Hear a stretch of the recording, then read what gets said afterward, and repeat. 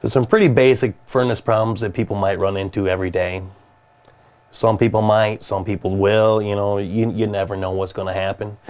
But number one, most reason for furnace failure is your furnace filter. This furnace filter is dirty. I mean, I can tap it. It's horrible.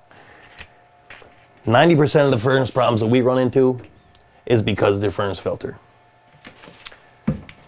Depending on what kind of house you live in, it might be an old house, a dusty house, you live by a driveway, you're going to run into more problems as far as dust going through your house.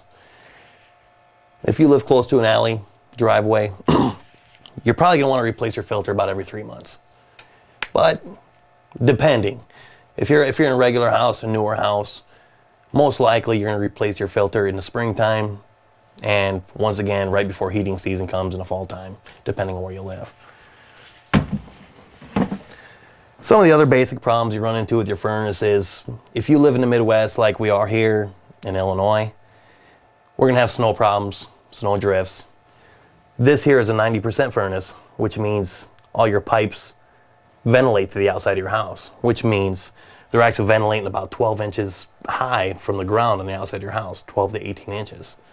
Now, if you get a big snow drift, high winds, all that snow builds up, one of your other big problems may be that you just got to clean out underneath them pipes, sweep that snow away, so your furnace has room to breathe. It's got to be able to have plenty of intake and plenty of exhaust. Where if them pipes get too fulfilled with snow or whatever, there's a good chance that your furnace is going to run into a default. It's going to send you an air function, and it's going to shut itself down.